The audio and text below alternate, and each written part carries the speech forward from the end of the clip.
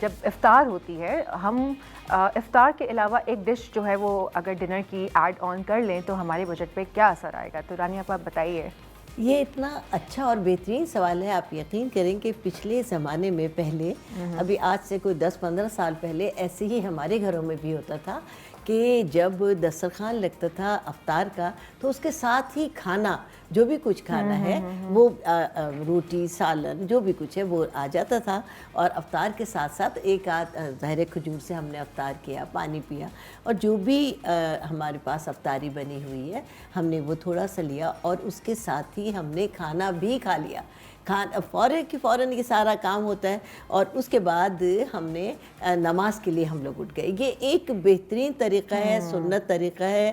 اور حفظان صحت کے اصولوں کے مطابق ہے. جو لوگ افطار میں کھانا کھا لیتے ہیں آپ یقین کریں کہ افطار سے لے کے سحر تک ان کے پاس بہت سارا ٹائم ہوتا ہے. یہ کھانا ان کے نظام ہضم کو متاثر نہیں کرتا. ان کے پاس اتنا ٹائم ہوتا ہے کہ جب سحری کے لیے اٹھیں تو یہ کھانا ہضم ہو چکا ہوتا ہے, آپ کے جسم و جان کا حصہ بن چکا ہوتا ہے, آپ کے پیٹ میں اسپیس ہوتا ہے کہ آپ اب سحری کے لیے جو بھی کچھ کھائیں گی ایک نئے طریقے سے آپ اس کو تناول فرمائیں گی اور افطار تک یہ والی سحری افطار تک آپ کے ساتھ رہے گی. آپ کے پیٹ میں تھوڑا سا یہ کھانا اسٹے بھی کرے گا, آپ کو بدہضمی نہیں ہوگی, آپ کو ڈکاریں نہیں آئیں گی, آپ کو کسی قسم کا پیٹ کا درد نہیں ہوگا, آپ کی طبیعت بالکل فریش رہے گی. اگر یہ اصول اگر اپنا لیں تمام لوگ کہ افطاری کی جو ٹیبل ہے اس پر اگر کھانا بھی ایڈ آن کر لیں تو آپ کے لیے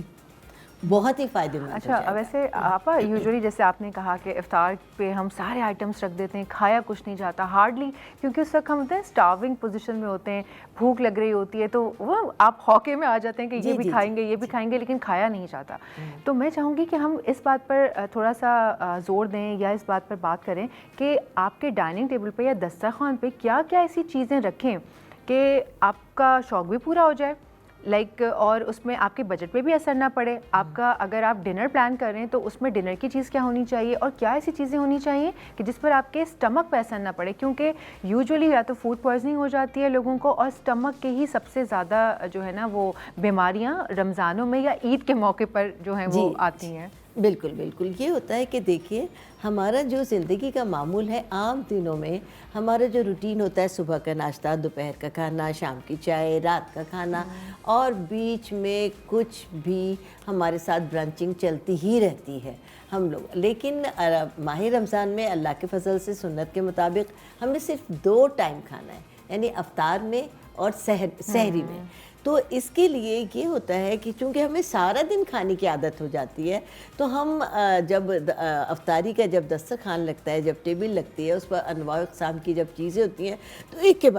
کے بعد جب لگی ہوئی ہیں تو ہمیں ان کو ٹیسٹ کرنا ہوتا ہے, ہمارا دل چاہ رہا ہوتا ہے, ہم سارے دن سے بھوکے ہوتے ہیں. تو یہ تمام چیزیں جب افطاری کر لیتے ہیں تو وہ تمام چیزیں ہمارے لیے ہمارا ان سے پیٹ بھر جاتا ہے. جتنی بھی چیزیں اس میں اگر کھانے کا آئٹم نہیں ہے تو ان تمام چیزوں سے ہمارا پیٹ بھر جاتا ہے. جب پیٹ بھر جاتا ہے اذان ہو جاتی ہے, ہم نماز پڑھ لیتے ہیں اور اس کے بعد ہمارا رات گئے تک کچھ کھانے کو دل نہیں چاہتا, کیونکہ دیکھیے بیسن سب سے زیادہ جو ہماری ٹیبل پہ سجی ہوئی چیزیں ہوتی ہیں وہ بیسن کی اور چنے کی چیزیں ہوتی ہیں. اس سے کیا ہوتا ہے کہ یہ تمام چیزیں کھانے سے ہمارے سینے اور فرائیڈ آئٹم ہوتے ہیں, ہمارے سینے میں جلن ہوتی ہے, یہ ہضم جلدی نہیں ہوتی, اس سے ہمارے پیٹ میں درد رہتا ہے, ہمارا جو نظام ہضم ہے وہ سلو ہو جاتا ہے, ہمارا گیسز بن جاتی ہیں. سم ٹائم جب آپ عشاء کے بعد لیٹتے ہیں تو آپ کو ایک دم سا گھٹنے لگتا ہے اور گیسز کا اتنا ہجوم ہو جاتا ہے کہ آپ کا دل گھبرانے لگتا ہے, آپ کو کھانے کو بالکل دل نہیں چاہتا, آپ کو اندر سے کھانے کی کریونگ نہیں ہو رہی, بلکہ جو آپ نے کھایا ہوا ہے افطار کے بعد تو چل میں آیا تو اس نے آپ کے پیٹ کو, آپ کے نظام ہضم کو ڈسٹرب کر دیا ہوتا ہے. تو ایسی تمام چیزوں, اور جب آپ سحری کے لیے اٹھتے ہیں تو تب بھی آپ فریش نہیں ہوتے کہ آپ کچھ کھائیں, تھوڑا سا آپ نے ایک آدھے والا لیا, اس وقت کھایا ہی نہیں جاتا ہے, اس کے بعد سٹمک اتنا ہیوی ہوا ہوتا ہے اتنا ہیوی ہوا ہوتا ہے کہ آپ کا جو آنے والا روزہ ہے اس کے لیے